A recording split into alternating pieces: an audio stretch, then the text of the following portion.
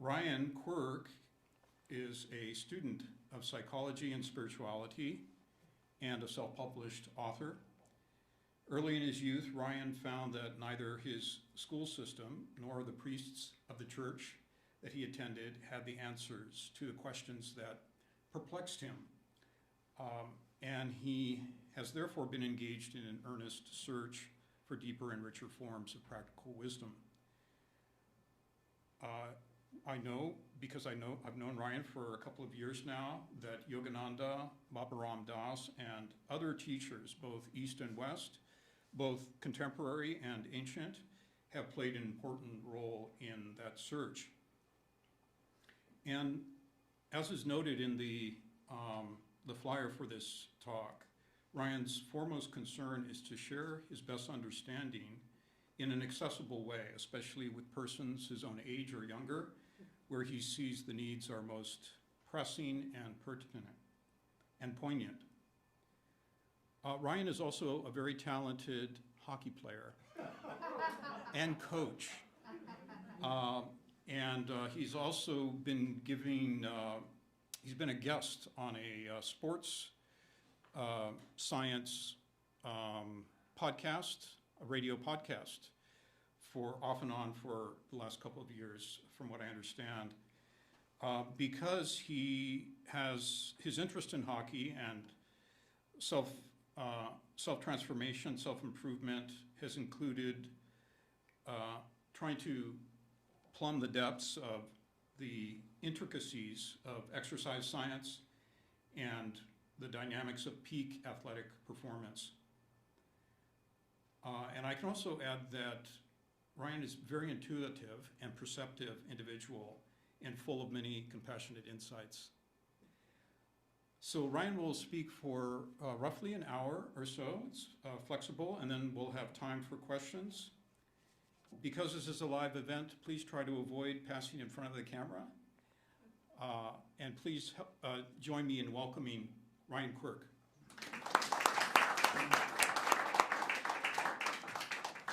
Thank you so much for that introduction, Kirk. Real quick, can everyone hear me okay? Does everyone hear me okay? Wonderful. Louder? Much louder. Much louder. Okay. Thank you to the Institute for having me again. It was such a treat to be here and give a different talk back in 2024, and now we're in 2026, and the world is just a little crazier now. So it's nice to be back, and it's nice to be speaking about a being who I really feel such a deep appreciation for, and I feel as if I have such a privilege to be able to speak about, which is the life and works of Paramahansa Yogananda, or as I'll be referring to him throughout this talk, just Yogananda. Over on the side wall over there, I've posted up at the end of the talk, anyone who's interested in some of his writings, I have my book there, which I only put there because so much of that work is inspired by Yogananda, as well as 3 of his other writings that are not the autobiography, which many of you are most likely familiar with. So before we dive into the talk and into the contents, I invite you all now to join me for a short breathing practice, which I often do before my talks, which is just 3 deep breaths. And as I often say, that's more for me than it is for all of you. Join me now. So begin by taking a slow, relaxing, deep breath in through the nose, holding for a moment, and letting out. And you may want to make that sighing noise throughout your mouth as well. Breathing in again with calm relaxation.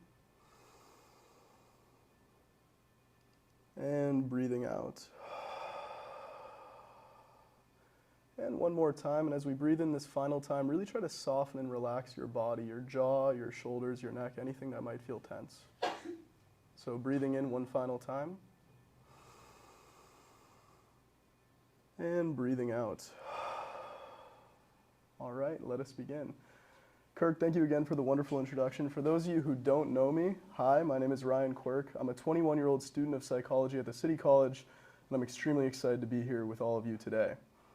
The last talk that I gave here was largely about my own life and life experiences. It was a joy to speak of my own path in learning about psychology, spirituality, theosophy, and other such pursuits. And this is why it's even a greater joy of mine to be here today to speak of a teacher that has played such a crucial role in that path of awakening and discovery. It's the teacher that you see on the flyer, on the screen here in a moment, and here and here. We have Yogananda here on the right, and his teacher, Swami Sri Yukteswar, on the left or the right, depending on how you're looking at it. Yogananda, as we will explore today, was quite a unique soul. He influenced the lives of millions of people in both East and West with his work that we will talk, much of this talk will be about, which is the Autobiography of a Yogi, which is sold in the range of 10 million copies worldwide and is still selling copies and influencing many, many minds today. He has influenced many important Western thinkers and artists alike, such as George Harrison of the Beatles, as well as Steve Jobs. Steve Jobs is especially worth noting, as upon his passing at his own funeral, each attendee received a copy of the Autobiography of a Yogi. And Jobs often spoke of the profound impact Yogananda and his teachings had not only on his personal life, but in his technological pursuits as well. This talk will dive into three key parts. Who was Yogananda? What did he teach? And why does it matter today? Pardon me here as I flip through. So, let us begin with that first part, which is, who was Paramahansa Yogananda? Yogananda was born January 5th, 1893, under the name Mukunda in Gorakhpur, India, to a middle-class family as the fourth of 8 siblings. Much of what we know of Yogananda comes not only from his students, but from his own first-hand accounts through his great work, The Autobiography of a Yogi, a book that ranges 400 to 600 pages in length, depending on its publication, in which his entire life was captured. In the early chapters of his book, we hear of a very normal childhood upbringing. Yogananda describes playing with and teasing his siblings, the love that he had for his mother, and the reverence that he held for his father. His father worked as one of the chief officers in one of the major railway companies in India, and he grew up in a pretty traditional Indian household. His parents were both regular practitioners of yoga and engaged regularly with the great Indian texts such as the Bhagavad Gita and the Mahabharata. Despite living a relatively normal childhood in the outer sense, from early accounts of his childhood, we also hear of some incredible details that begin to provide an insight into his rich inner and spiritual worlds. Before we dive into that, though, let's do a quick, brief preface of yoga depending on your familiarity. I know many people who are joining us live today have a little bit of more familiarity with Eastern philosophy and theosophy and different practices like this.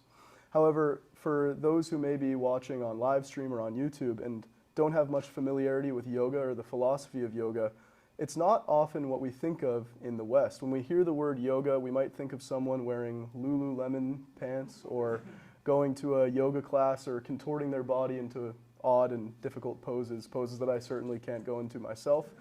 But in its origin, the word yoga actually means union.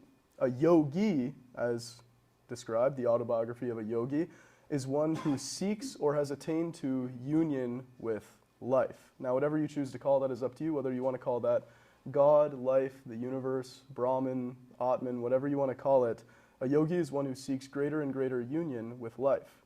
This is done through different spiritual practices that seek to transform the mind, body, and spirit, mostly through meditative practice, as well as right living.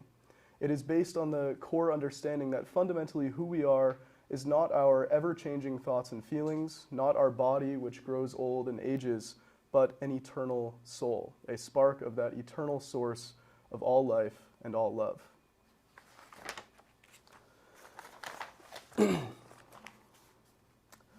At the heart of yoga, it is about realization. It is to realize one's true nature or true self.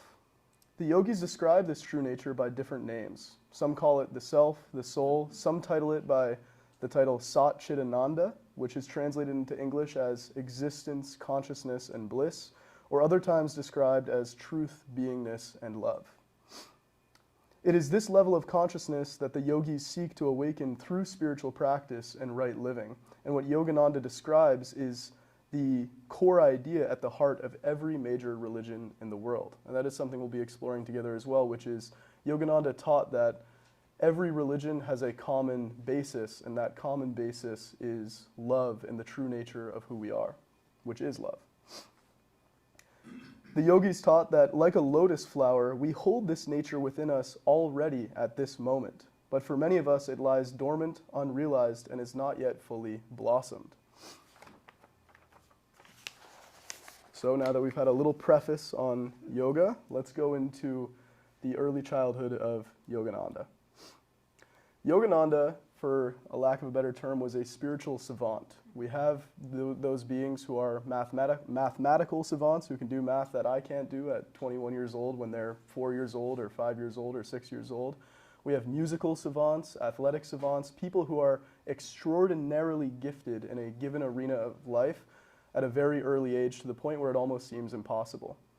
Yogananda describes in the first chapter of his autobiography of remembering life in his mother's womb.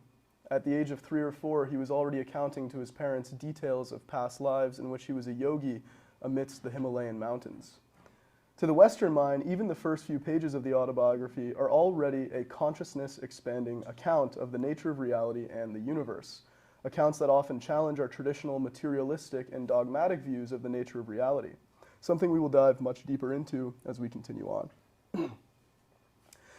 Many meditators and monks alike have described similar experiences in deep meditative states, recollections of other lifetimes, other realities, and experiences beyond the body.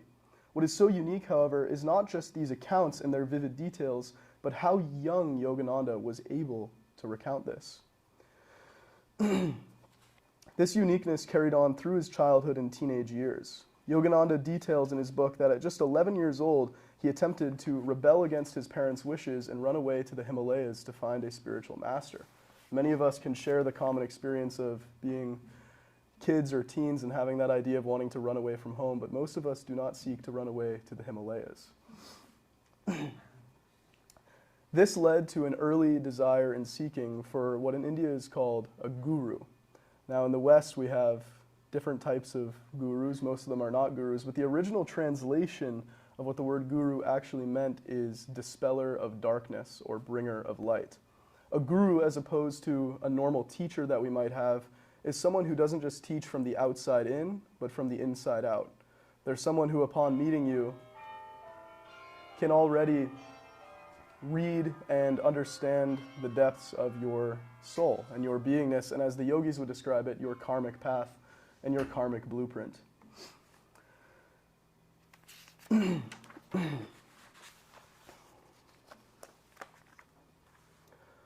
Despite all these ideas that we have covered already, even if they are seeming a little bit far out or unfamiliar to a Western mind, Yogananda often emphasized that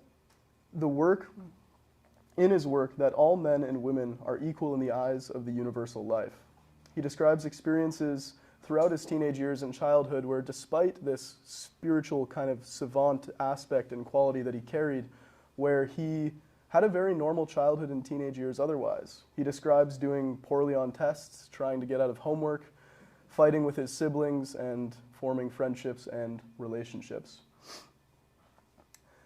Despite these unique qualities that he demonstrated early in his youth, there is something extremely human throughout the entire book that he speaks of, which is why it makes it so unique. We will dive into mystical experiences that Yogananda had, but throughout it all, there's an undertone of a calm, universal sense of love that exists within us all. He describes that every human being is seeking something. Some of us seek this something else, this extra dimension of life through relationship, some through academic or scientific pursuit, others through religion, and others through excellence in a craft. What is universal is that the heart's desire in every human being is for that something more, something that makes us feel fully alive, something that brings clarity, insight, and passion into our lives. For Yogananda, that desire sought an outlet in the spiritual path of meditation and Kriya Yoga, a specific type of yoga that we will discuss deeper, mainly having to do with deep meditation and a refinement of action. The autobiography of a yogi as a whole has this unique polarity throughout, swaying between mind-blowing mystical encounters, ideas that seem so out of the ordinary to our day-to-day lives, as well as very human emotions and very simple interactions. As Yogananda was going through his teenage years and his childhood years, he eventually found his guru in the teacher that you see in this photograph here, this one here, Swami Sri Yukteswar. He describes meeting his teacher as like meeting a long-lost friend, and that it was him who led him in the path of Kriya Yoga. What we have shown here is also a image of what Yogananda deems to be his guru lineage, which is that these teachers, these great teachers from around the world in any spiritual tradition, often have a type of lineage where their teachings are passed down from one disciple to the next. We see here beings like Lahiri Mahashai, Mahavatar Babaji, even a being that many Westerners are familiar with in Jesus Christ, who in Yogananda's view was a very great yogi. We also have Krishna and Yogananda himself, as well as Swami Sri Yukteswar. And we'll talk more about the blending of Christ kind of coming into Yogananda's teachings later on, because it's something very unique that he was able to use to kind of captivate and spread more of his spiritual teachings in the West. So now let's dive into some of the mystical encounters that Yogananda had throughout his life on his path of seeking. Some of these may seem a little far out or mind-bending at first, but we will explore them together as he accounts them in his writings. One of these experiences Yogananda describes is an early experience in which he met the saint with two bodies, a saint named Swami Pranabananda. Say that 10 times fast. Upon meeting Swami Pranabananda, he appeared peaceful and quiet, and upon their meeting, the Swami had said that he had expected Yogananda's arrival. Yogananda remarks that he was already dazzled at the saint's clairvoyance during their meeting, as he casually mentioned something extraordinary, that he had just come from another city hundreds of miles away. Yogananda assumed that he had meant that he had recently traveled there, but the Swami clarified something far stranger. He explained that while speaking with Yogananda, another physical body of his was simultaneously present in a distant location, carrying out work there. He described it calmly as if it were a simple yogic ability. In fact, he said that he had just returned from that other place, meaning that he had withdrawn his consciousness from the second body. According to accounts shared with Yogananda, people in the other city had seen and spoken with the Swami physically. At the same time, he was also visibly present in his home. This phenomenon is sometimes called bilocation, appearing in two places at once. The Swami attributed the ability to a deep yogic mastery that he learned from a guru in Yogananda's lineage, Lahiri Mahashai, through the practice and the art of Kriya Yoga. The idea is that the yogi's consciousness is not limited to one physical form. Through deep control of one's life energy, a master yogi can project or manifest another body. And now that may seem very mind-blowing, however, as we'll dive into, Yogananda also had a fascination with modern science and the emerging field of quantum physics, in which we learn that two particles can become entangled, and no matter how far apart they are in space or time, when one particle is affected, the other is also instantaneously affected. His message was not that one should try to have two bodies. His message was that consciousness and the nature of reality is far more expansive and maybe even far more magical than we might think. I mean, think about it. We already live in a world where if we take a seed and toss it into the ground, a few weeks or a few months later, a fruit-bearing tree might spring up out of it. We live in a world in which a tiny cell can turn into a human being. We already live in a miraculous world, and through the practice of meditation, we can let go of these overthinking tendencies of mind and the restlessness and the overstimulation of the outer world and realize the miraculous world that we're already in, and therefore become more open to miracles like these.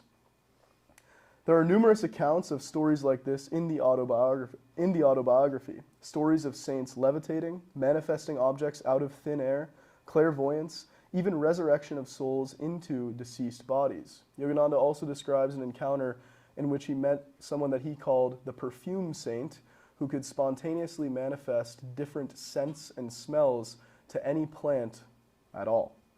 That would be quite a cool party trick. However, as we explore these mystical accounts of the autobiography, Yogananda also had a love and a fascination with science and scientific and technological development.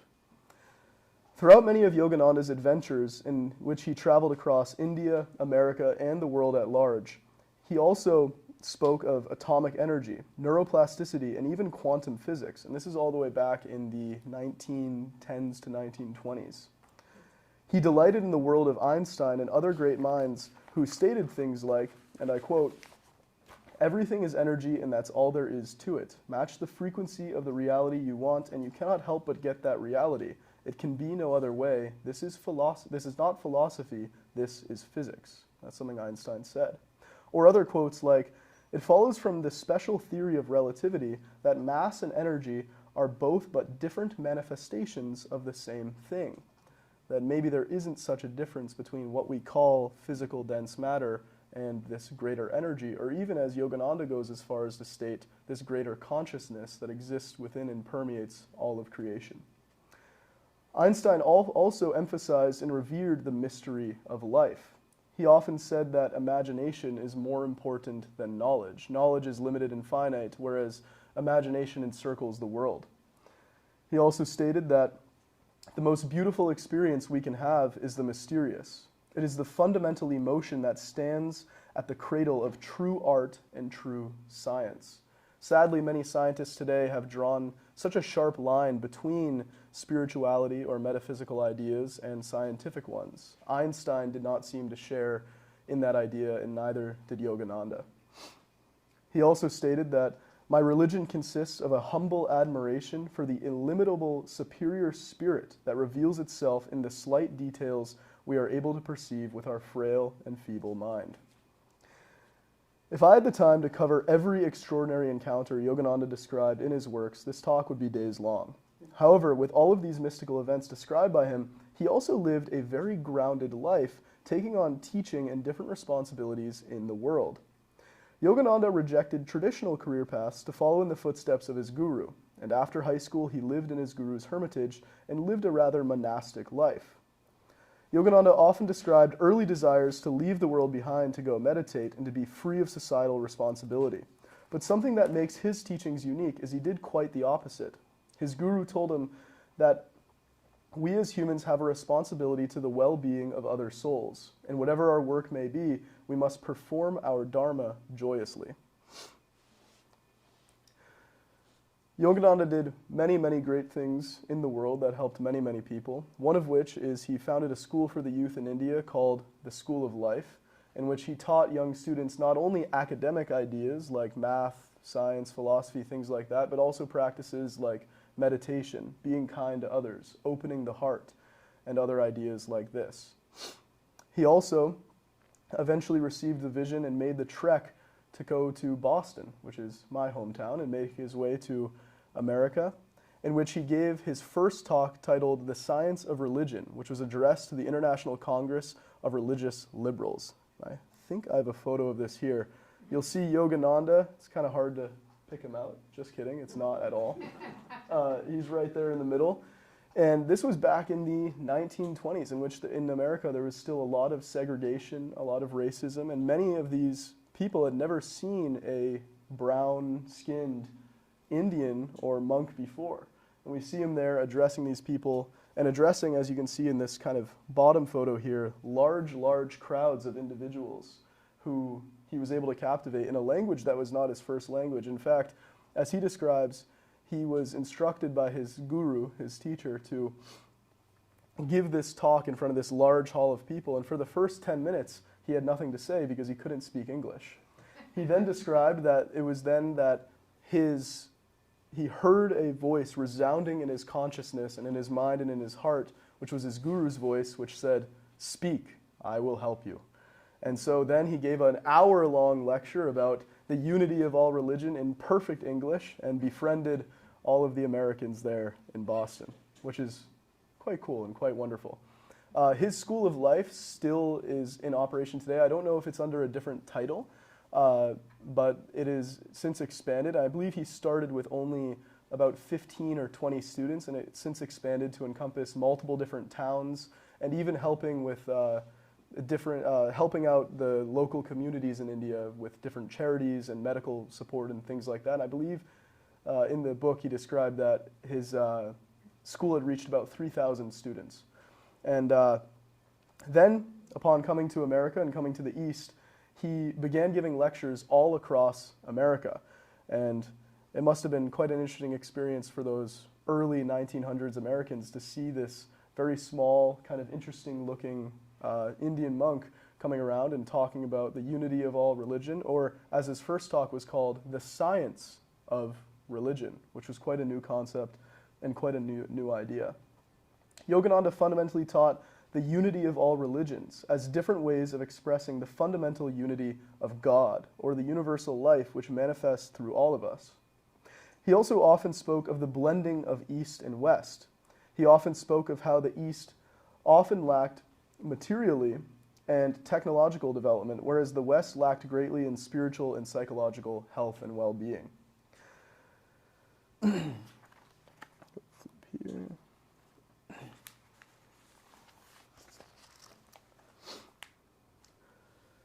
Yogananda eventually went on to found the Self-Realization Fellowship here in the West, which its headquarters are still in Los Angeles today. I had the wonderful opportunity to go visit his meditation gardens in Encinitas, California. That's northern San Diego County, and it's just beautiful. And it's still filled with so many people from around the world who come and visit there and delight and explore the teachings of Yogananda.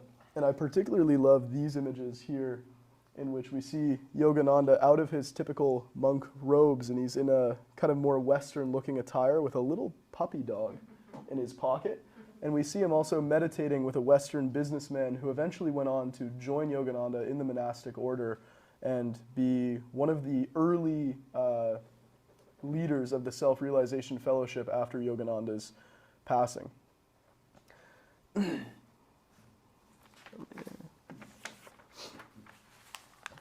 Throughout Yogananda's life, he met with many saints, many scientists, many businessmen, monks, swamis, nuns, priests, and folks of all backgrounds. He especially describes his encounters with Mahatma Gandhi as being one of the purest hearts he ever met, as well as with the revered saint Ramana Maharshi, whose teachings on silence and self-inquiry resound worldwide today. As I said, for those who are in the California area, I've had the brilliant opportunity to visit his gardens in Encinitas. I highly recommend, if you get a chance, you stop by there. He lived an amazing life of adventure, and even though he only spent 59 human years upon this planet, in those 59 years, he founded the Self-Realization Fellowship in the West, he founded schools in India, and lived a spiritual life which inspires millions upon millions of people today.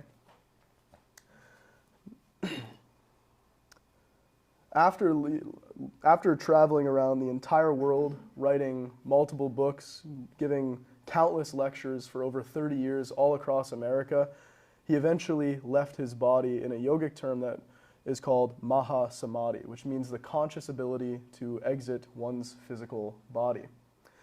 On March 7th, which is actually today, funny enough, which I didn't know, 1952, he was speaking at a banquet in Los Angeles honoring the Indian ambassador. After finishing a poem about India and America, he reportedly lifted his gaze upward towards what he deemed as the spiritual eye in the center of the forehead, entered a state of deep stillness, and collapsed peacefully. His followers interpreted this as a deliberate, conscious exit from the body, and what's so amazing is that according to the director of mortuary handling his body, there was no visible signs of physical decay for about 20 days after his death. This account is often cited by the organization he founded, the Self-Realization Fellowship, which is quite amazing to hear. And imagine if we could all have that approach to death. Not necessarily this fancy idea of Maha Samadhi or leaving after reciting a poem to a group of people, but that peace that we can come to with the mortality of our physical bodies and the deeper understanding that who we really are might just be beyond this physical world. I now want to read to you the poem that he read. The poem itself in its full length is a little too long to read here, but I'll read the last stanza that he shared, and I think it's especially relevant for today's times and the political environment that we live in. And thy love I will share with every brother nation that accepts my offering. God made the earth, but man made its confining countries with their fancy frozen boundaries. Love, however, imported from infinity, will inspire equally all true souls everywhere. My India's borderland embraces the whole world. Hail thou, mother of religions, lotus, scenic beauties, and great sages. Thy doors are open wide to welcome God's true sons from every corner of the earth. Where Ganges wood, Himalayan caves, and men dream God, I am hollowed, my body touched that sod. And upon reciting that final line, I am hollowed, my body touched that sod, that was when he collapsed and left his body. On this day, which is amazing. I had no idea. Please don't do that, by the way. So, now that we've covered just a small glimpse of the wonderful and intriguing and unique life of Yogananda, and I highly recommend, if you haven't checked out his book, The Autobiography of a Yogi, or some of the other books, like I said, which are in the back corner for after the talk, please do give those a look. They're absolutely inspiring and wonderful. And they just show such an amazing blend between Eastern philosophy and this Indian monk and his rich appreciation for what we've been able to cultivate here in the West. I feel sadly we've kind of gone astray from many of those core ideas, but maybe through his work and his life and his teachings, we can all become the embodiment of what he was really trying to spread, which was love.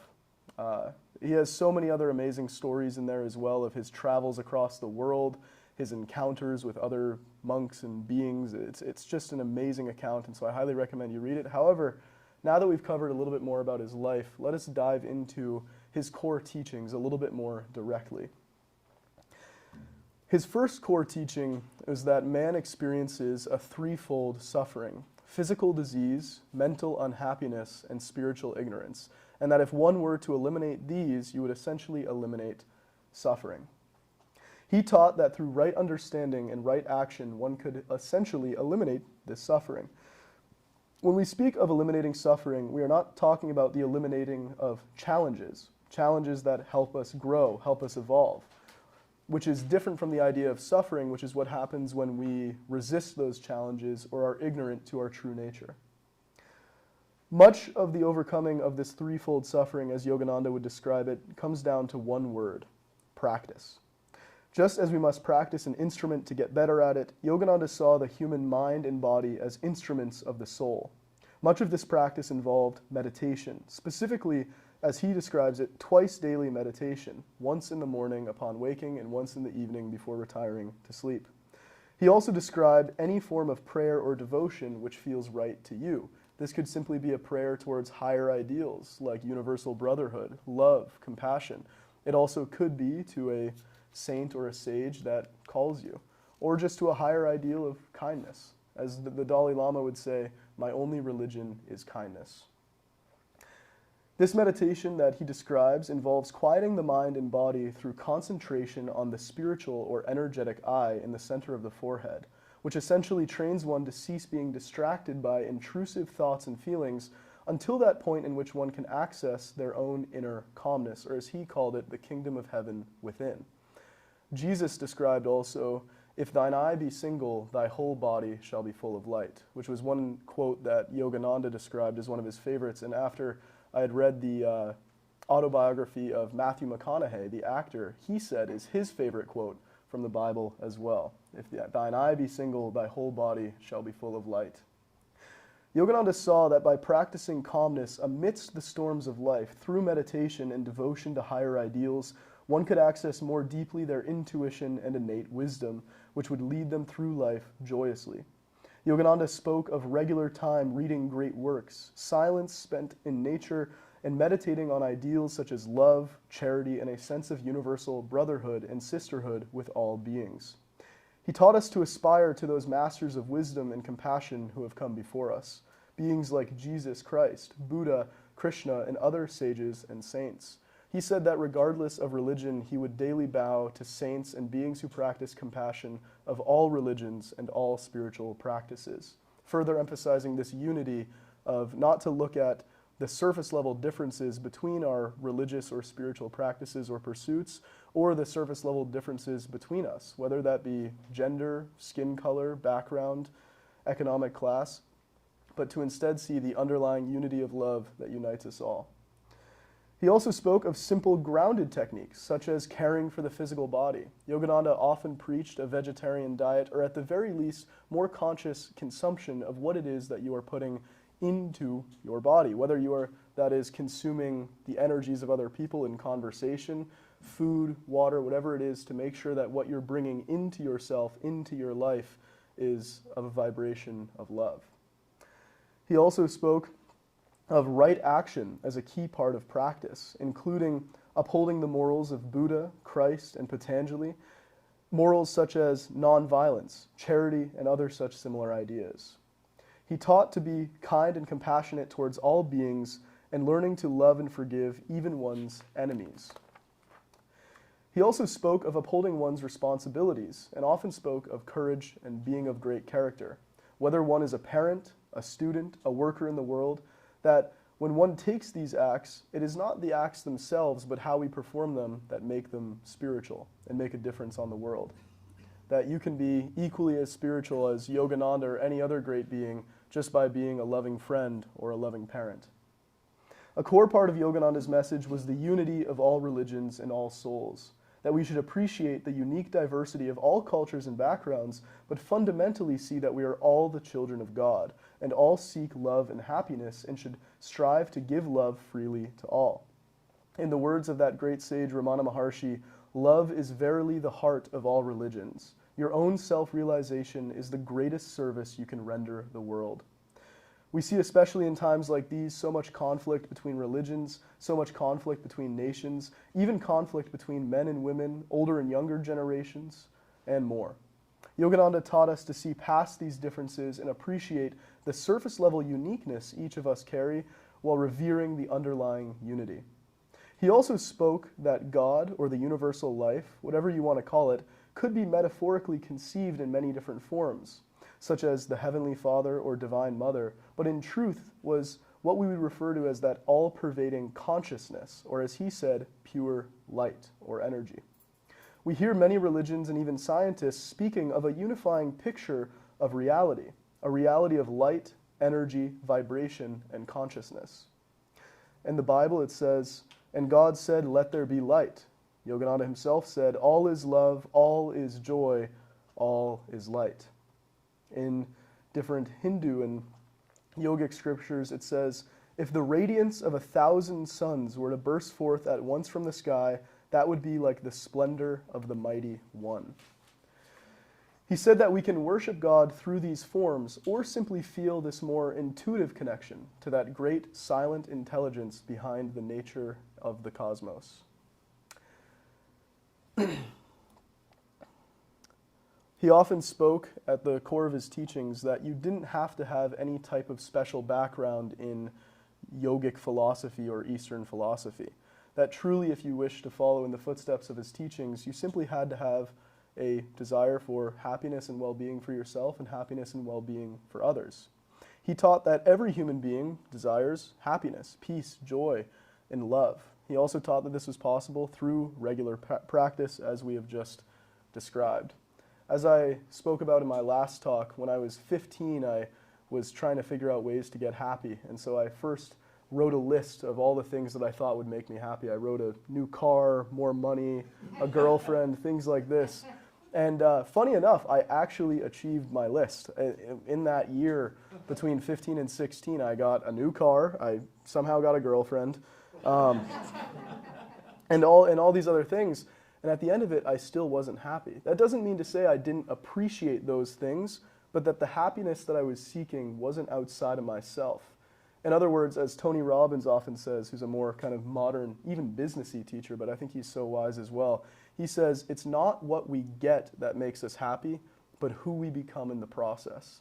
It's who we are and how we live in the world that makes us happy, not just the items that we receive, or relationships, or so forth.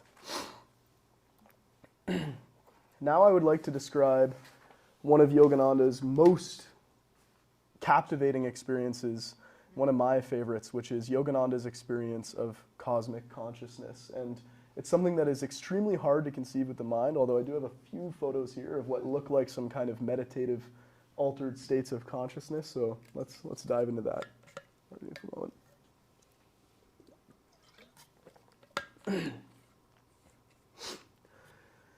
Yogananda, in the Autobiography, I believe it was chapter 14, he spoke of a day in which he was meditating at the feet of his master, Sri Yukteswar.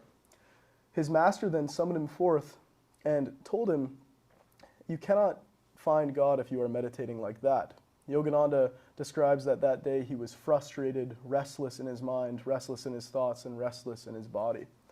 His master called him forth, and Yogananda, frustrated, his master called him closer and closer until his master gently struck his chest.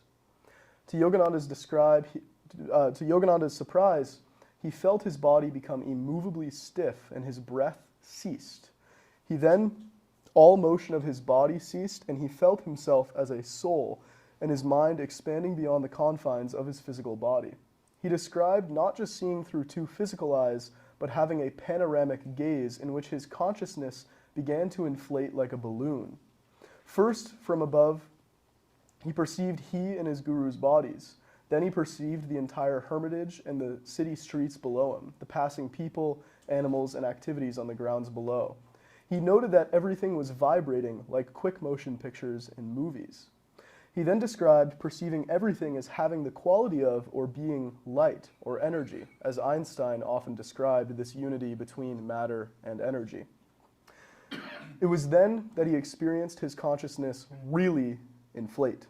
He experienced his consciousness enveloping planets, galaxies, floating nebulae, and entire floating universes contained within, as he describes, the infinitudes of his being, which he also described as an experience of cosmic consciousness. He said he experienced his own being as united with that infinite being, which was an outpouring of eternal light, and from the center of this infinite being, he noticed an intuitive perception of a dimensionless source from which the light was emanating that he called the heart, or the heart of God. He described this experience of soul union with this mysterious source as an experience of ecstasy, joy, bliss, and describes this universal intelligence as inexhaustible bliss and ever-new joy, and that it is the true and forgotten home of all souls. He described seeing this light crystallizing and vibrating itself into the forms that we perceive as matter in the physical universe. And in maybe one of the most interesting descriptions, he described perceiving entire universes as how we may perceive a city seen far away at night, like shimmering below us. If we were like on top of the hill looking down at Los Angeles, California, how we would see shimmering city lights. This experience is fascinating and is at the core of Yogananda's inner spiritual life and many of his teachings. It draws a beautiful comparison to many of the findings that we see nowadays in quantum physics, in which physicists describe a unified field of energy, information, and frequency, which gives rise to creation. What an amazing blend of science and the mystical. However, despite these amazing stories and abilities described by Yogananda, he describes something far more important, which is what he described as the true measure of spiritual progress. As he said it, the true measure of spiritual progress is not how long you meditate, not if you wear robes like a monk, not how many powers, or as in the East they call them, cities you have. It's not how many past lives you remember. It is the degree of compassion, joy, and love that you express from your heart and radiate on to others. And he specifically emphasized this radiance onto others. He even went on to describe, as I'll find the quote here,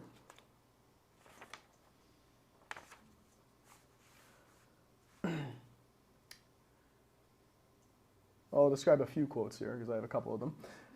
Having lots of money while not having inner peace is like dying of thirst while bathing in the ocean. He also said that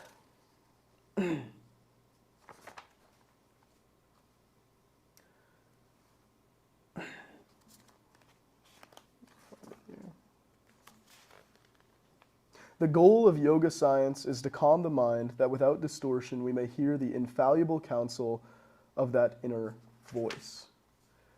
He also said, there is a magnet in your heart that will attract true friends and that magnet is unselfishness, as well as saying, persons of strong character are the happiest. They do not blame others for their troubles. They know that no one has the power to detract from their happiness. So Yogananda did not just speak about having these mystical experiences for ourselves or meditating to achieve special powers. He said that the true measure of a sage or a person was the love that they gave onto others. But in order to give that love onto others, we must first discover it within ourselves, which is why it is so important that we practice, as he would say. Finally, I would like to draw a few fascinating and interesting connections to Yogananda, specifically, as I mentioned before, Steve Jobs. For those who don't know, Steve Jobs was the founder of Apple, and he's the reason why I have this computer in front of me playing these slides, and is probably one of the creators of the technology that now exists within your pocket. As mentioned, Steve Jobs had copies of the Autobiography handed out at his funeral. He mentioned frequently that through his life he leaned heavily on the power of intuition and not just his logical mind, and to those around him, they often saw him carrying copies or a copy of the Autobiography with him everywhere.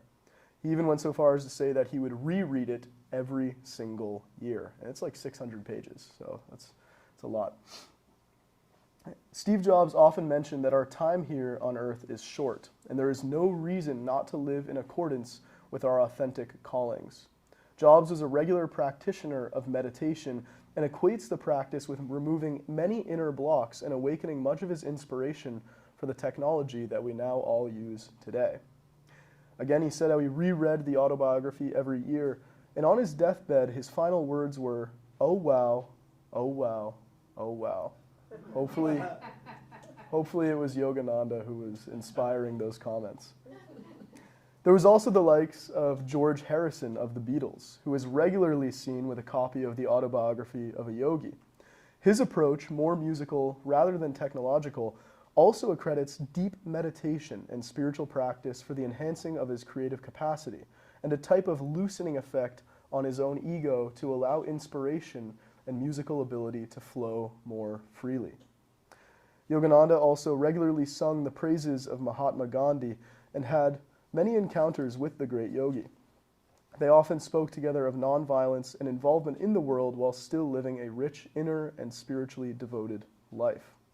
One of the most remarkable qualities of Yogananda around his work, let me see if I can find a slide here where I have him with different beings. So that's Steve Jobs, George Harrison. He also spoke of his encounter with the great sage Ramana Maharshi, who is also a brilliant and worldwide inspiring teacher. And there's a photo of him with Mahatma Gandhi. Yogananda, one of the most remarkable qualities of Yogananda and his work is that for what a master teacher he was also a masterful student who studied the teachings of scientists, fellow yogis, monks, and thinkers alike all throughout the world, both east and west, and in between. I hope that these connections and the works that we have discussed here today lead not only to final answers, but hopefully a growing curiosity for you to not only explore the work of Yogananda, but also to more deeply explore your own soul and your own connection to life. Thank you.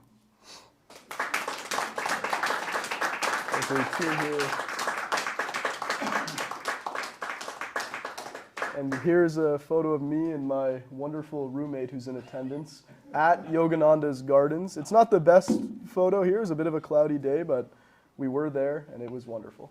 So, Thanks so much, Ryan. Very, very inspiring. So we have time for questions or comments.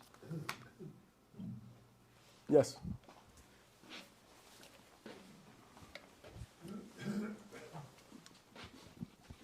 Thank you for the wonderful review. I have brought this disappointment when one compares some scientists like Einstein with friendship or understanding with Yogananda or Tagore for that matter. Actually, the conversation of Tagore and Einstein really brought the distinction that one sees the truth only through the objective reality totally independent of the human experience, which was Einstein. And for him, the matter equal to energy is all that objective stuff, has nothing to do with the consciousness and all that. I mean, it's just pure objectivity.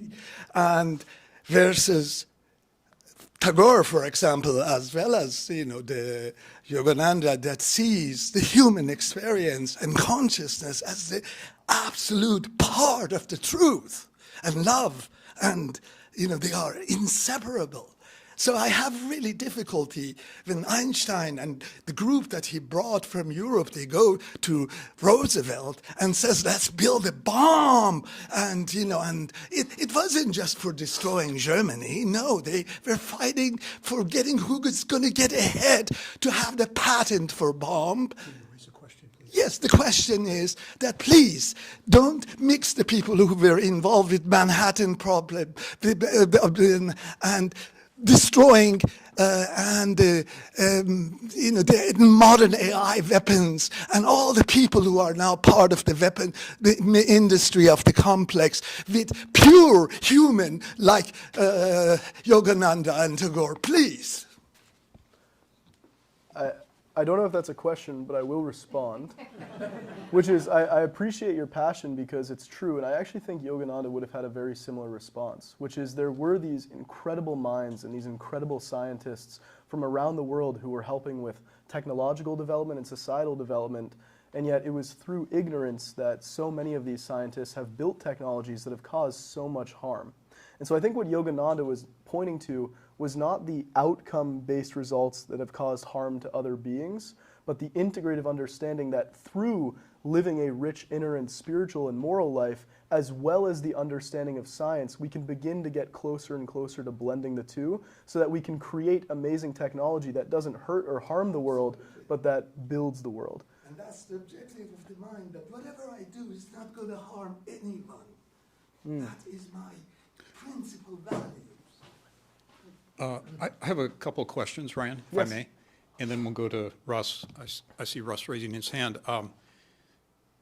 Can you describe, I think you mentioned this to me on one occasion, and I don't recall the details from the book, but when Yogananda first arrived in the U.S., he didn't know anyone, right? And presumably he came by boat. Yes. And so can you describe a little bit about how that unfolded for him, eventually establishing the Self-Realization Fellowship? You started a little bit about that church that apparently he was part of. Can you describe that, what unfolded there, please? Of course. It was, as he describes it, it was incredibly challenging for him. And I think that's such a very beautiful and human thing to understand about Yogananda, was that he also was a human being, and what he was demonstrating in these amazing capacities doesn't take away from the fact that he had human emotions and feelings the way that we do. And when he first came to Boston in a foreign world where, imagine if you had no friends and you couldn't speak the language of the people that you were with, and you had no money too. He had no money. He had enough money, his father gave him enough money to buy the ticket that got him on that ship to Boston. He had nothing. He came here with nothing. And at this time, he had not yet written the autobiography. He had not yet founded the Self-Realization Fellowship.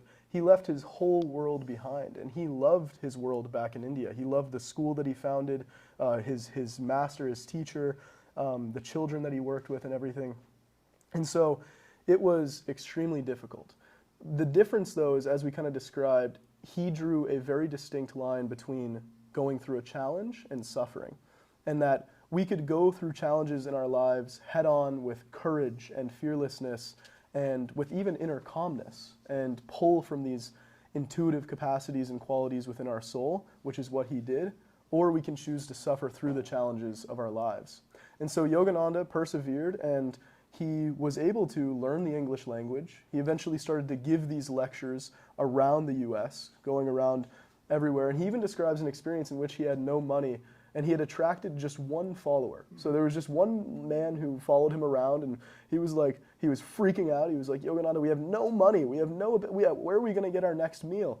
And Yogananda turned to him, and he said, you must calm down. And he said, and have faith in God. He said, no, you must calm down.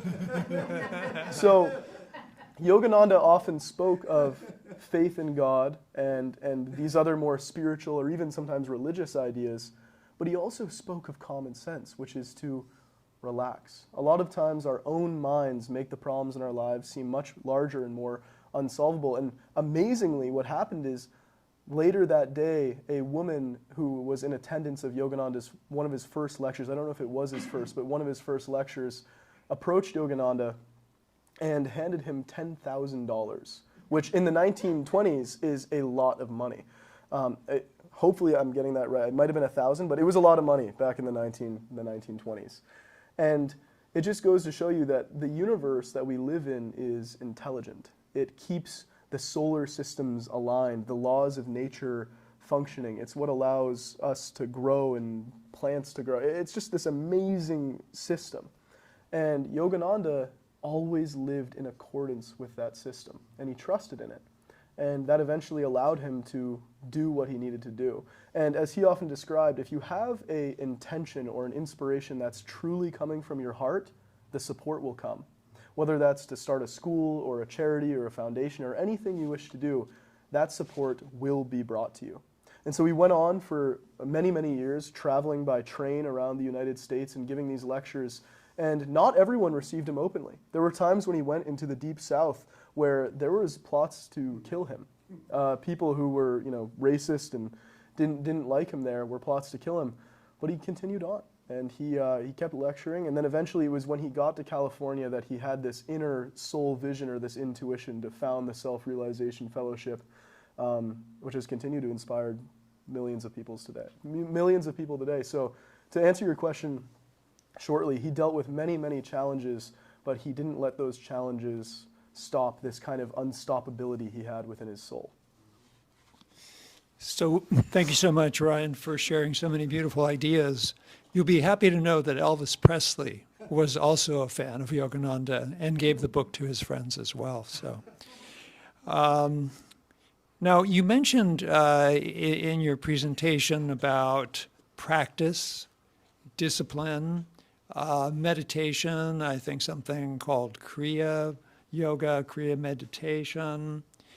And we're wondering if you could unfold that for us, what that means, especially for people like myself who are just flat out beginners in all of this. What do we do with it? How do we take it and shape it into our lives? Yeah, so Yogananda had two parts of his teachings. He gave first very simple public teachings, such as be kind to other people, make a daily intention to be kind to other people, read a little bit more, keep a journal and reflect on your daily actions and choices, things that we can all practice. As one began to advance, as he kind of described it, on the spiritual path, they would eventually be, if they were under the instruction of Yogananda, led into Kriya Yoga, which is a certain type of meditation, kind of like similar to traditional meditations where you sit and you might sit cross-legged or just sit in a place where you can find stillness. But specifically, Kriya meditation was basically a process of, and I'm still becoming more and more familiar with it. That's why I'm also a student of Yogananda's. But as he would describe it, a process of stilling and calming down the energies of mind, body, and heart. So the normal state of the human being is, I'm overthinking. What am I going to eat later? What am I going to do later? I got my to-do list. Oh my God, I forgot to call Jim back. I forgot to do this. The mind is restless. The body might be restless too. If you go into any school nowadays, you'll see students tapping their hand, tapping their leg, fidgeting with their phones, doom scrolling as the kids call it nowadays. Constantly restless, constantly overstimulated. You turn on the news, and what do you see? Just, there's this bomb and this thing, and it's going on. It's very overstimulating. And Yogananda essentially taught that that portal entering into deeper layers of consciousness, the first one to get through was calmness. We had to, via meditative practice, which basically means if the normal state of the human awareness is to focus on 10 or 20 different things at once, try just focusing it on one thing at once.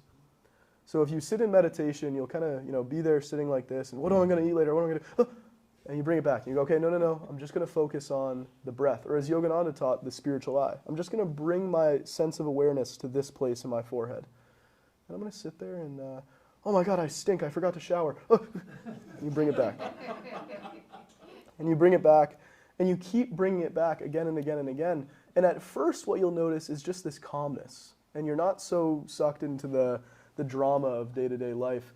But as he taught it, as you went deeper, you would begin to notice these inner flows of energy within the body, and not just the physical body, but as he would describe, these different layers of our body, the energetic or the astral body and these other bodies.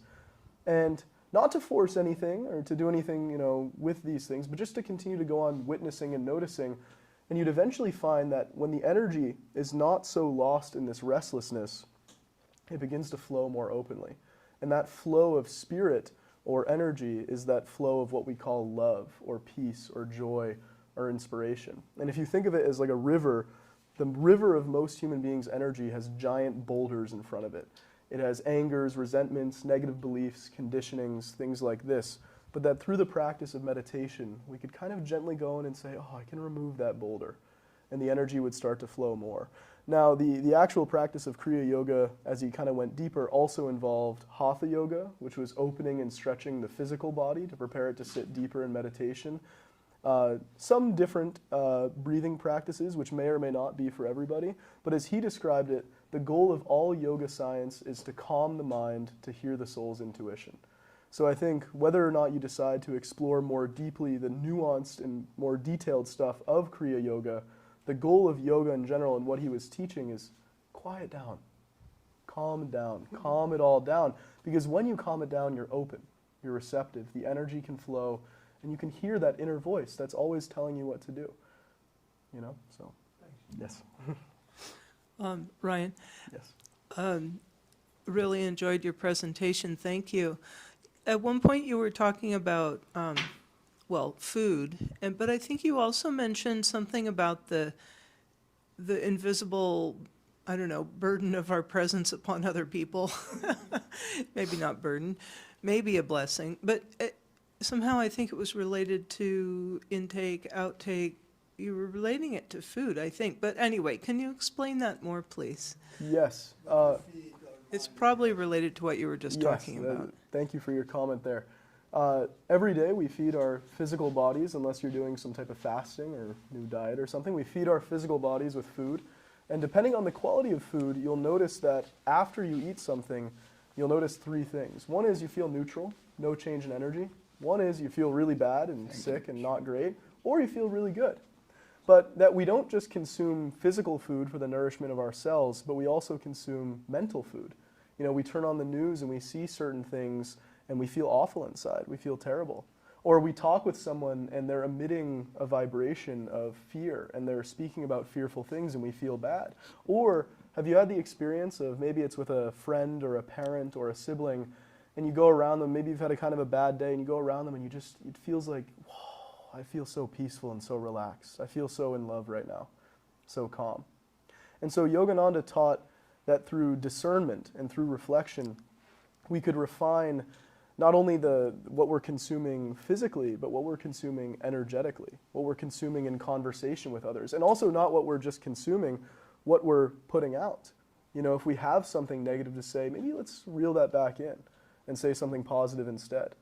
And so I think this is something intuitive, which is, there's actually amazing, some scientific stuff, and where there's instruments that are sensitive enough to see biophotons emitting from our body and to see kind of the human energy field, which is not something that you need in order to feel the vibrations of others. I just think it's really fascinating and interesting that that is the case.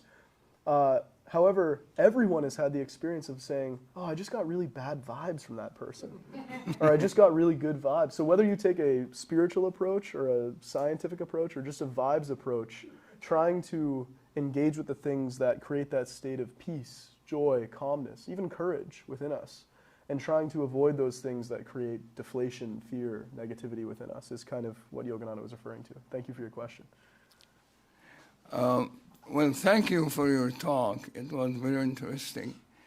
If you can embody his soul, what do you think he would say about our present world condition? Could you repeat the question one more time? The what? What do you think Yogananda would say about the current condition of the world? Yeah, if you can embody his soul. That's a hard one, but you can answer. If you can embody a soul. Well, what I would basically say is, in speaking on the condition of the world, Yogananda described that the current conditions we're living in are very difficult. That's what he described then, because during his lifetime, before he passed, there was the First World War and the dawn of the Second World War as well. So he had lived through a time where he even described an experience in meditation he had where his consciousness was perceiving the scenes of the battlefield, where he was actually experiencing what it was like to die on the battlefield, and having emerged back in his, in his meditative state, realizing it was just kind of a vision that he was having, or to some, maybe a direct experience he was having. He was very fearful of it and very afraid, and it really shook him to his core. And so one of the things that he taught was that, yes, when we look out into the world, we see both good and bad. We see this duality. We see examples of love and charity and well-being, and we see examples of terrible violence and terrible wrongdoing towards other human beings. And he taught that we must be courageous enough to face both and to choose that which is good, that which aligns with truth, harmony, and beauty. And that part of the process of embodying one's soul more, and not just living from this feeling of being a separate or fragmented self, but living from the soul, which another word for the soul is just living from love, living from that state of love within us, is to be courageous in the face of those things and help how you can. We might not be able to in this moment help physically the people who are in the Middle East or in some bad condition, but just as we talked about, energetically, we can send out loving vibrations. In fact, there was this amazing study that I came across where there was a group of like a couple hundred or a couple thousand meditators in a community that had a high crime rate. And daily they came together and meditated on the ideals of peace, kindness, joy, things like this. And the crime rate dropped significantly. I don't have the exact number, but it was significant. So just in the way that we can feel vibes or emanations off of other human beings, we can send those to people around the world. In fact, in the Buddhist tradition, they talk about a practice called metta, or heart-based awareness, where one feels that their heart is expanding to encompass not just themselves, their local community, but the entire world. And they really feel every single human being as being within their heart. And not just human beings, but plants, animals, the whole world upon which we live. So I think Yogananda would describe to be fearless, courageous, and to continue to choose love daily in the practice of meditation. Thank you. Ryan, I have another question for you. Many of the pictures that we see of Yogananda, he is wearing robes. And some of the photos I've seen of people involved in the Self-Realization Fellowship, they're also wearing orange or some kind of clothing that indicates that they're disciples or practitioners. Was part of SFR, was that to kind of establish monastic centers, or what was he trying to do with the establishment of that? Yeah, it's a good question, because it's true. If you go to the Self-Realization Fellowship nowadays, you will see monks who are there and they're ordained. And so he had these monastic centers. But one of his teachers, and we can bring this up back on the screen here, the first one, Lahiri Mahashai, he was this great self-realized being who taught his guru, Swami Sri Yukteswar, who then taught Yogananda. And Lahiri Mahashai was a householder and a householder yogi. And so he had began regular spiritual practice and walking the spiritual path, but he also had children, a wife, and things like this. And Yogananda taught, if you felt called to it, you could join the Self-Realization Fellowship or become ordained in that order of Kriya Yoga and live a more monastic life. But he also taught that to be a yogi, or if you don't like that word, just to be someone who seeks to embody love, you could be in any role in society, and it would not affect your spiritual progress. It was just how regularly were you engaging with these practices. Because you could be a monk and skip your practices, or you could be a school teacher or a doctor and really give love and attention to all the people around you. So while he did see importance in the idea of having monastic centers and being ordained and truly dedicated to these teachings, you certainly didn't have to. And as you see, I'm not wearing robes. So he's been an inspiring teacher to me, but I'm still a hockey player, student, all these other things, and yet incredibly inspired by his teachings. I have another question. Okay, just to tag on to the last one. So the centers now, do they also provide, do they have lectures for the public?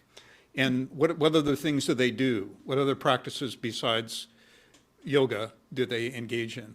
Yes, so the centers have public lectures. They give lessons out, and you can find the lessons online, and they're becoming more integrated with modern technologies, so you can go online. I think they have a YouTube channel and a page where there's different lectures and teachings. They give out books, and I also think they engage in a lot of charity work as well. So they like help out local communities and schools and things like that, and engage in practices like that. So they have their personal practices of being a monk and regular spiritual practice, and also that kind of societal dharma that you might call it.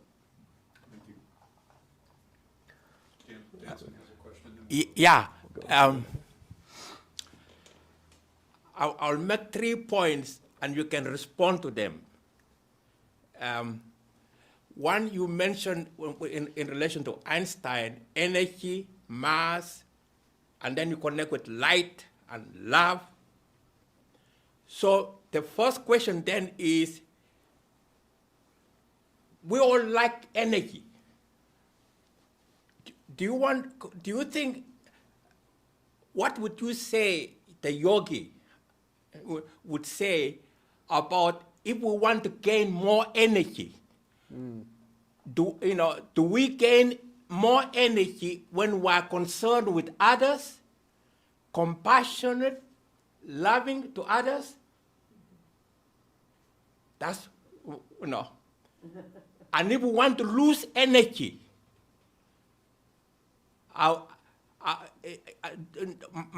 must we have that attitude in which we are mean, nasty, show off, wanting to show off, here I am, and so on. So that's one. The other one, which was also interesting when you mentioned about the East and West, that was interesting about yogi. And you said that in the West, we are materialistic and we have advanced. But the East, they are advanced. When we say the East, we shouldn't confuse with, we are talking about mystically, spiritually. They are advanced spiritually. So, East and West, can we say that the two can be bridged together through concern with love, compassion, understanding? And the last one, which was so beautiful, when you quoted the Bible, when the eye is single, the body is full of light. So what is it that the eye has to be single? If the eye is single on being mean and wanting to others, is that going to bring a body of light? So what is it that when the eye is single and make the body full, So anyway, respond with any of those. Well, thank you for your wonderful questions. I think you know the answer to most of them. I think you were kind of alluding to it, but I'll comment on it. I'll go in reverse order. So the idea of the if thine eye be single, thy whole body shall be full of light. We can see that as a call to a specific spiritual practice and a larger way to live in the world as well. So you could take it literally and say, well, if I focus my attention and meditation on this spiritual center, it's not physical, we don't have like a physical eye here, but whatever you want to call this center, and bring our consciousness and our awareness and our energy there, we can begin to calm down the restlessness that prevents us from feeling our own inner light and begin to unblock kind of our own energy flow. So that can be a call to that practice. However, I also think of, the times that I was playing hockey and I was waiting in line and there was some coach who was yelling at me or something, and he would kind of yell at me and say, hey, focus on this one thing. What am I saying to you? Focus, right? And so if we look at it in the world as well, so often our attention is so scattered. We're sometimes loving, but we're sometimes mean. We're sometimes happy, we're sometimes sad. He's saying, bring those dualities together. Really focus, not with like a restrictive kind of force, but with a consistent dedication towards a single ideal, whether that's love, compassion, kindness. And the more that we do that, the more we bring our scattered energies of thoughts, emotions, and beliefs that are kind of all over the place, and we bring them all together and live more cohesively. I would also say to your first question, how might a yogi describe that we gain more energy? We all want to experience more life, more aliveness, more joy, happiness, peace, and love. That's not a bad desire or inspiration to have. We all want that. And for other people too, when we're feeling that, we want that for them as well. The first thing we want to do when we're happy or if we hear a funny joke, the first instinct within us is to tell it to someone else. Love loves love. Love loves expressing itself. And so a yogi might say that you don't have to find or gain more energy. And that's the state of how most people are living materialistically in the West, which is, I don't feel love, I don't feel joy, I don't feel peace, so I need a Ferrari. That'll give me love, joy, and peace. Or I need a new partner. My old partner, they don't give me love, peace, and joy anymore. I need a new partner. Or anything like that. We're trying to gain love, peace, and joy from the outside world, which again is not a bad desire. It's just being expressed very unconsciously. A yogi would say it's already within you, unblock it. And you unblock it by going through that process that Yogananda describes of quieting the mind, quieting the heart, and reflecting and studying and saying, well, what do I really want? At the end of each day, how did I really act today? Was I living in accordance with my highest ideal, with that singular intention? And so that's how a yogi might say it. If there's a river that's flowing, the river is always flowing. It's never not flowing. But if you put a giant boulder in the river, it's not going to flow anymore. And so we all have, if a child is unhappy, we often say to the child, why are you so unhappy? But if an adult is happy, we say, why are you so happy? Somewhere along the ways, we've kind of lost this sense that happiness is natural to us. We call babies little bundles of joy because unless one of their needs of like food or clothing or shelter is not being met, they have no ability to speak or talk or move, and they're just happy all the time. They have no capacity to drive a Ferrari or do anything else like that, and they're just happy for their sheer existence. And so it is through blocking that inner energy through negative beliefs, or sometimes we've been through painful experiences that we might need to work through or kind of give more love to ourselves or talk about with other people, or conditioning that we've had or anything like that, through these spiritual practices. And you can use your own intuition to find the ones that call you the most, whether that's meditation, journaling, maybe meeting with like a spiritual group or a group of people who are aspiring to similar ideals. And other things like this, we can begin to unblock that energy flow. And what was your second question one more time, just so I have it? I answered the first two. Well, the other one was east-west. Yes. Because, the West, materialistic, the East, more advanced. But the question is, really, East and West, there is no difference, or North and South. Do you want to mention how we, what Yogananda would say about linking up the spiritual, which is what you have mentioned beautifully, and the material, where to put it?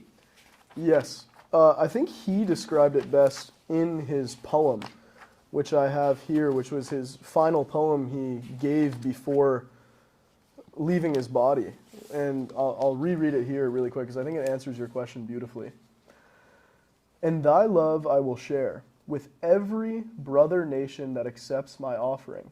God made the earth, but man made its confining countries with their fancy frozen boundaries. Love, however, imported from infinity, will inspire equally all true souls everywhere. My India's borderland embraces the whole world. Hail thou, mother of religions, lotus, scenic beauties, and great sages, thy doors are open wide to welcome God's true sons from every corner of the earth. Where Ganges, woods, Himalayan caves, and men dream God, I am hollowed, my body touched that sod. And so I think he describes it perfectly there is, you know, we have such a rich diversity of culture from all around the world. And that's a beautiful thing. These differences are to be celebrated. But if you look at the Earth from outer space, it's one ball. You know, you can't even make a distinction. But, like you see color, okay, there's the land, there's the ocean. It's just one ball.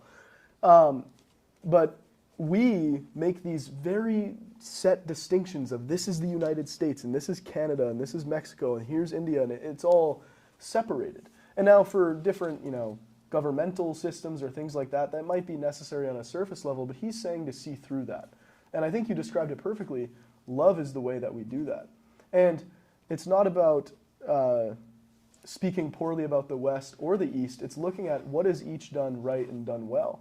You know, in the West, we have had amazing medical and technological advancements that could greatly benefit other countries in the world, and other countries have had their amazing achievements that could benefit other countries. We really are asking, how can we each share our gifts? And not just as countries, but as people. Each of us have different gifts.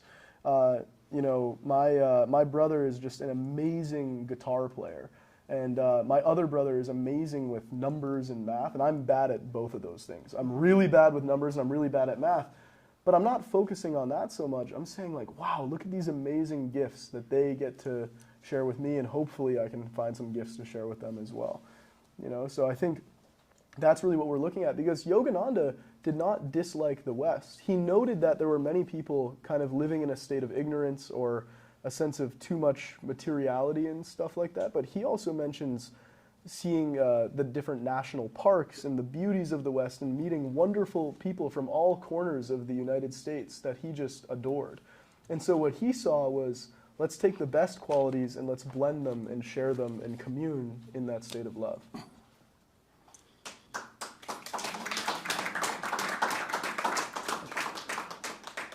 Yeah. Question? One of the scientists that I really respect a lot is Roger Penrose, which says that we are not made of stuff, all this atoms and molecules and all this bullshit. We are made of the vibration, and we are that stuff. We are music. And that's what Yogananda is writing about. The problem is that our modern system, like Ayn Rand, who so much of our system is based on this objectivity, absolute lack of empathy, compassion, love for anything.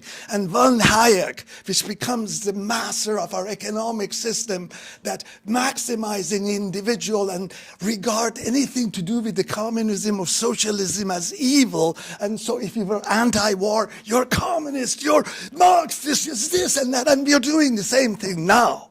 We're doing exactly the same thing, which is, the question is obvious, so I let you go from here on.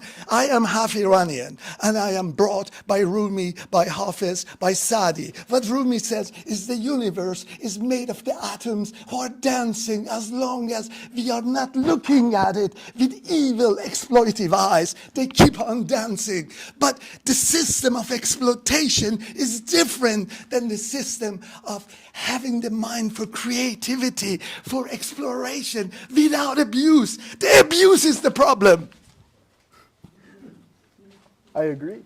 I love this quote from Rumi where he says, "Stop acting so small. You are the universe in ecstatic motion." And I recently had the good fortune of listening to a lecture from a physicist at UCSB. I forget his name. And he's openly agnostic or atheistic. Like, he doesn't believe in a higher God. But someone asked him, what is the fundamental substrate of reality? And he said, dimensionless vibrations. And I thought that was really, really interesting for a guy who had no belief in anything spiritual. You know, maybe he'll find that later on. That's okay. I'm not judging his, opinions or worldview. But for a guy who had no interest in anything spiritual, how poetic is that? Dimensionless vibrations are the substratum of reality. And so I think, just like you said, it's our mind is a wonderful tool, and just like a knife, it can dissect and cut information, and a knife can create a wonderful meal, or it can cut your hand off. But Deepak Chopra says a lot of beautiful words, but where is the actual reality of that man? I mean, words are cheap. Yes, and there's also a wonderful story in the autobiography in which Yogananda, his master was known by many of his disciples as a Yan avatar, which means an avatar or an incarnation of divine wisdom. And so his master could be a very kind of stern, disciplined figure. And Yogananda, but was also just this brilliantly wise soul and this amazing man. And Yogananda asked him once, he said, "Master, I know that you love me, but you have not told me in so many years that you love me with your words." And his master said to him, and he said, "Yogananda, of course I love you, but my silence is how I express my love for you." And so I agree with what you're saying as well, which is words can be beautiful and poetic and amazing. And like you said, there's many people who are saying a lot of beautiful poetic words, but there's not a beautiful poetic energy behind it. And it's the energy that counts. So thank you for your comments. I just want you to know, I had an uncle who was a astrophysicist at the University of Chicago. He also worked at the Manhattan Project. A very sweet man. But when he was, we were talking to him, my brother was talking to him, and my uncle was an atheist, my brother is an atheist, and he said, well, the more we look out there and the more we study, the more there is something there that we cannot put our finger on. So, maybe, just maybe they'll find it. Someday. Yes. Thank you for that comment. Very beautiful. Thank you, Ryan. Really nicely done. You have a gift, and I think you've captured the essence of Yogananda on the day of the commemoration of his Mahasamadhi. Pardon me, just bring the mic a little closer. Thank you so much. I heard all your okay. comments so far. Yeah. It's so powerful. East and West, Babaji was concerned to bring the East and the West together, which is happening. And Yogananda coming to America is a big part of that. He sent Yogananda to be an instrument of that coming together, bringing the genius of the East together with the genius of the West. And we are benefiting from that. Back to Jesus. If thine eye be single, thy whole body shall be full of light. He's talking about meditation. And in the self-realization fellowship lessons, you can learn scientific techniques, step by step, to learn meditation. And they are available through the website yogananda.org for a nominal fee, I think postage. And you can become a student of the lessons, which will teach you how to fill your body with light. That's pretty amazing. Thank you so much. Thank you. Yeah, and just a quick comment as well on that. I think, first of all, for those who are unfamiliar, Babaji was the teacher of Lahiri Mahashai. So we're going now multiple steps. We have Babaji, Lahiri Mahashai, who taught Sri Yukteswar, who taught Yogananda, so this whole lineage. And Babaji was seen as a Maha avatar, which is a great incarnation of incredible self-realization and wisdom and love. And you're right, he did speak of Yogananda being kind of this chosen disciple and this chosen student to bring this spread of yoga to the West. And I think one of the things was not just Yogananda's physical appearance in the West, but also, as we're seeing now, Yogananda, before his passing, predicted much technological development with airplane travel and all these other things so that the world would become increasingly more connected. And we're seeing that also through the internet. I mean, this right here is being live streamed. It's going to be uploaded to YouTube. And so Now I can have a phone call with someone who's in the Middle East or in India in a different time zone, and we can connect instantaneously. And so I think a large part of that is learning how we use these new technologies and that connection in a positive way. I think a lot of people demonize social media as being a bad thing, which in many ways it can be. However, social media could also lead to the spreading of these messages. I have those same lessons you're describing on a little app on my phone. What an amazing use of an app on Steve Jobs' iPhone, and who was so connected to Yogananda. So I think another thing, just to add to your point, to add to your beautiful comments already, is it's not the tools that we're given, but how we use them. And I think you're completely correct in that the East and West are becoming increasingly connected, and we can use the tools available to us to help spread messages like these and continue to inspire love and creativity and wisdom.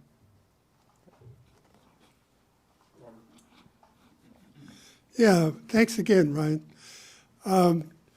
You talked about a lot about love, but also that this centering in meditation on this, sometimes called the third eye or the spiritual eye. And then in Buddhism, there's a lot of concentration on focusing on the heart as being the source of love. So I wondered how Yogananda put these two together, because we often think about the head as being cerebral and the heart being compassionate. Thank you for your question. I was actually wondering the same thing, because in my upbringing, my first experiences with meditation were techniques taught by Ram Dass or Richard Alpert. And so when I was about 15 or 16, I explored many of his meditation techniques, some of which involved focusing on the diaphragm or the belly, and some of them involved the heart more, but not as much so up here and being more cerebral. What I would say is that it's kind of like two doors into the same home. So you can take this door or this door, but eventually they lead to one another. And so Yogananda taught that as you go deeper in meditation, you will feel this light entering into the spiritual eye, but that it'll make its way and spread and just completely open your heart. It's kind of the other way around too. The more you focus on the heart, maybe in a Buddhist meditation, there's many Buddhist monks and meditators alike who have this feeling of focusing on the heart, and all of a sudden they feel their energy field expand. And it encompasses not just the spiritual eye, but outside of even just their physical body. And so I think the main idea is just whichever meditation technique you use, more understanding the core science of it, which is Yogananda described that yoga is the science of calming the mind to hear the inner counsel. So whether that's through concentrating on the spiritual eye, learning wisdom, or if it's more of a bhakti yogi style path of devotion and very heart-centered love, eventually they lead to one another, because love and wisdom go together. They're fundamentally two sides of the same coin, if you will. Thank you for your comments. Thank you. Okay.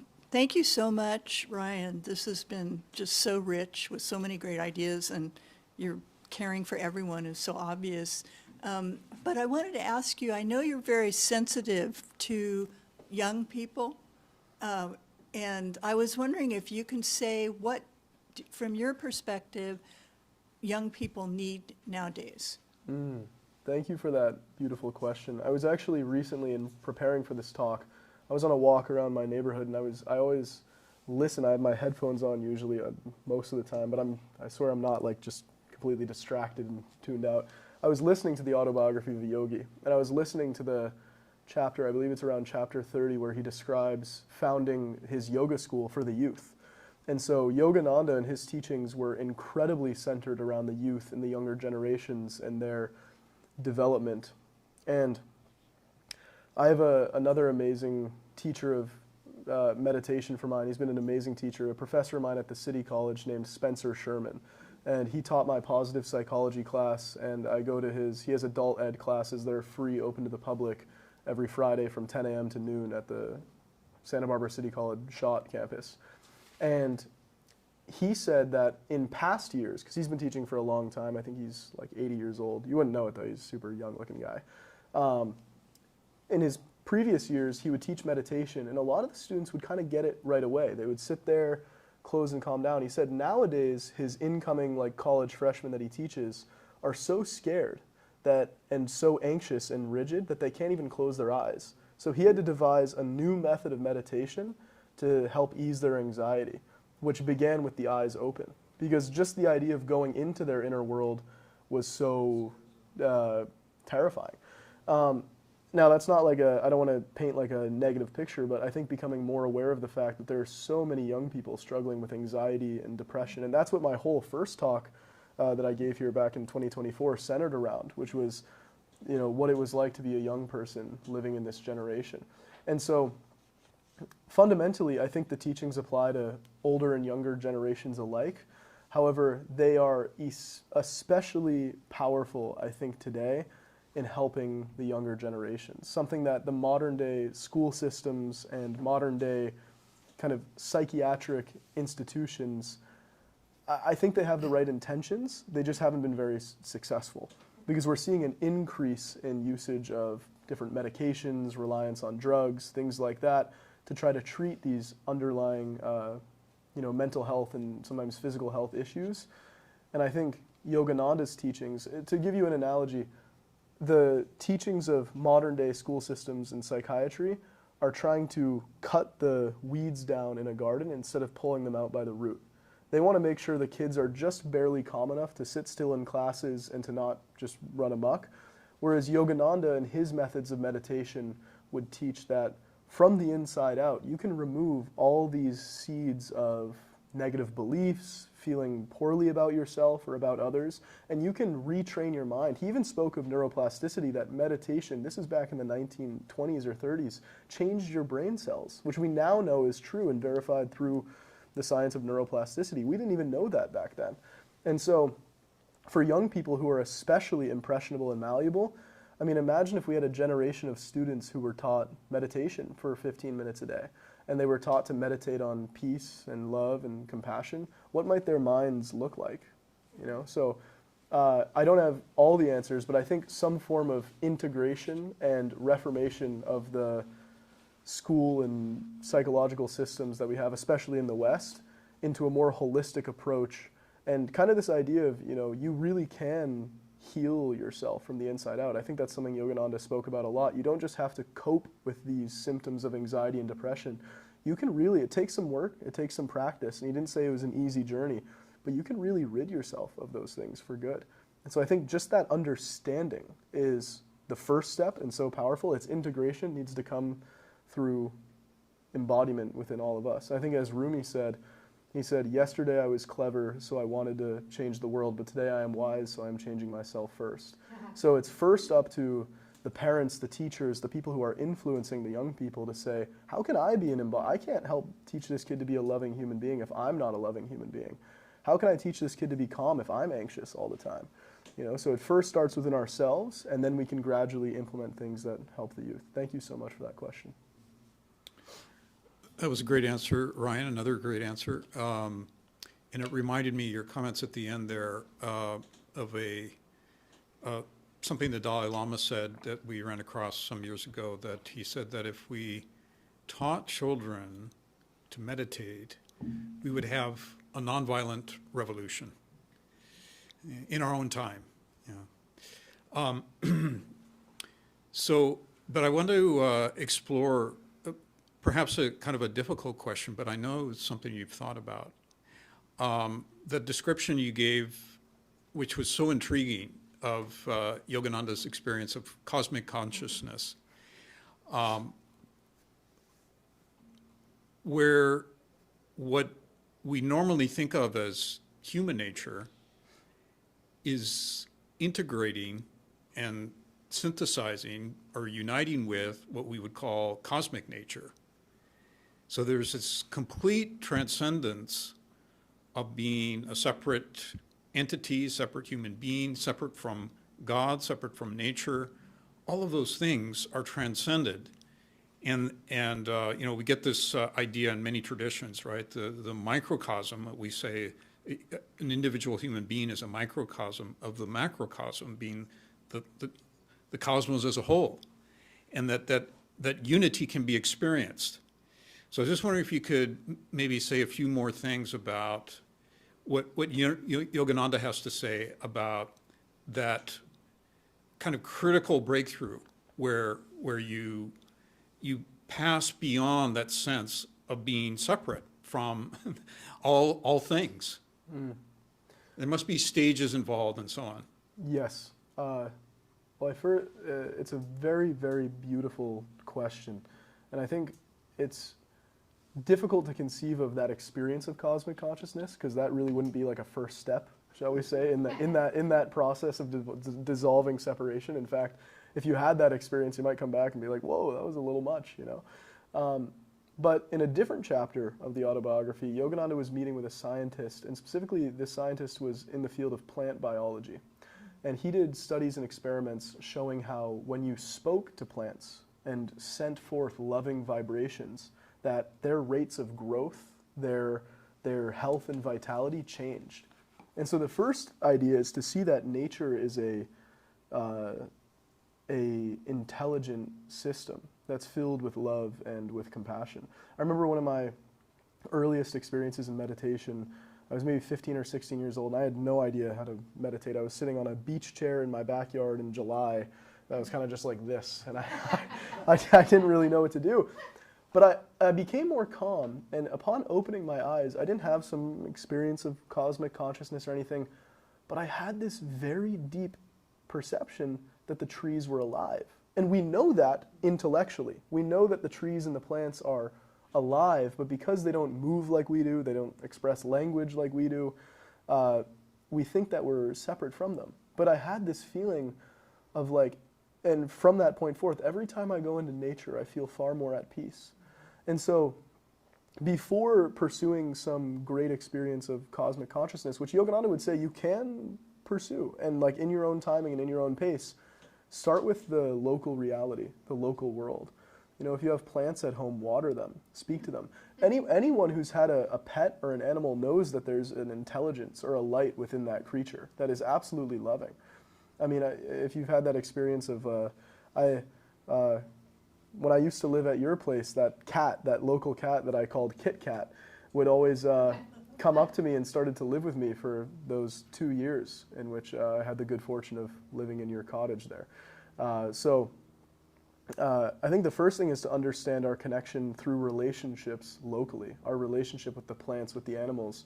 You know, I had an amazing experience, and I don't want to go too far into this side of things, but I've been a vegetarian since I was about 11 or 12 years old. And I'm not saying that in order to be on the spiritual path or anything, you have to be vegetarian. It's more so about just making a conscious choice. But I remember I had this experience of when I was 11 or 12 years old where I hadn't remembered the last time I saw a living cow in person. And it was so interesting. I was traveling in Germany with some family friends, and there was this cow, and it came right up to me as if it were like a puppy dog. And it came right up, and it like nudged its head against me, and it wanted ear scratches and head scratches and things like that. And I was like, wow, like what an amazing intelligence. You know, the trees in their network of roots, if there's a tree that's dying or decaying, they will send it nutrients through these pathways in the ground. We're living in this amazingly intelligent universe. So it's not about dissolving what makes us unique. It's about appreciating our unique place within this greater system. In that sense, when we dissolve separation, we don't become less of ourselves, we become more of ourselves. We become more in love. We express more of our own unique gifts and authentic qualities. You know, in realizing more of your connection with nature, you become happier, healthier, you express more of the unique gifts. Yogananda described that the process of experiencing more unity was not just about dissolving yourself, but it was by realizing your already inherent oneness with it, you became more of yourself, and you expressed your unique gifts as a part of that. So I think it's a very beautiful question. There's many ways to explore it, but I think that would be the first step, is hug a tree or talk to a plant or hug a dog or relate more kindly with other human beings. And you can begin to feel that interconnectedness with all of life. Well, that was a fabulous answer, and I'm going to call upon our technician extraordinaire, Russ Lewin, to give a vote of thanks. Thank Thank you, sir. Magician, yes, for sure.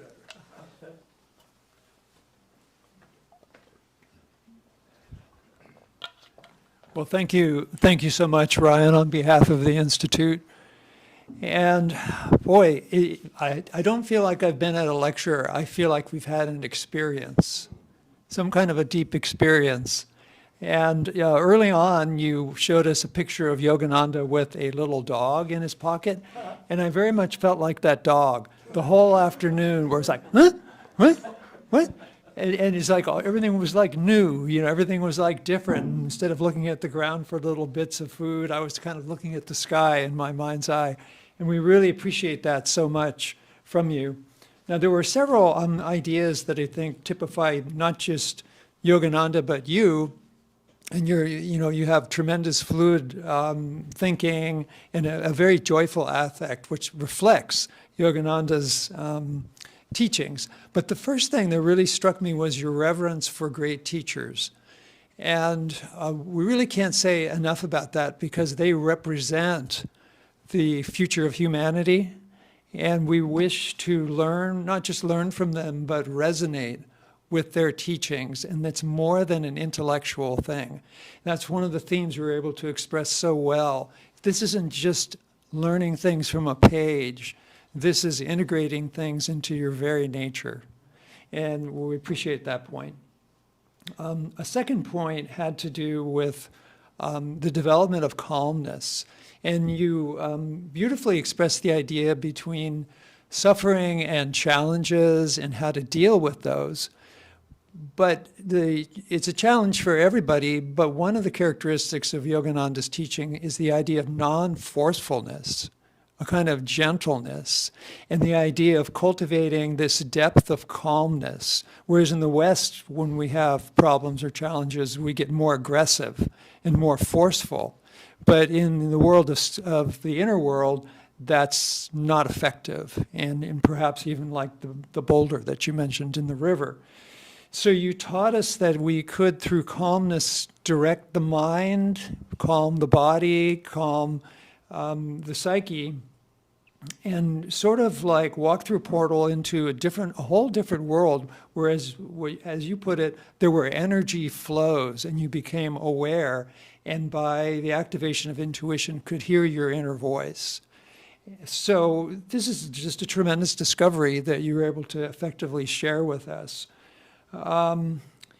Also, perhaps above all, is the idea of the unity of all things, expressed in so many beautiful ways today, with plants, with animals, with human beings, and that ultimately our happiness depends upon the love we give to others, because in them we recognize ourselves. And so today we were all able to recognize ourselves a little bit better, and we're so, so grateful. And we're all collectively like the large cow who would like you to scratch our ears once again with the beauty of your expression. Thank you so much. And let's have a round of applause.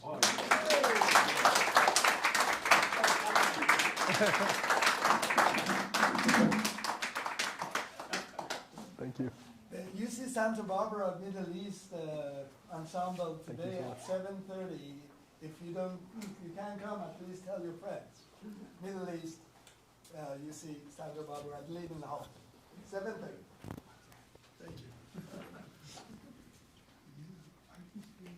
I can't thank you enough.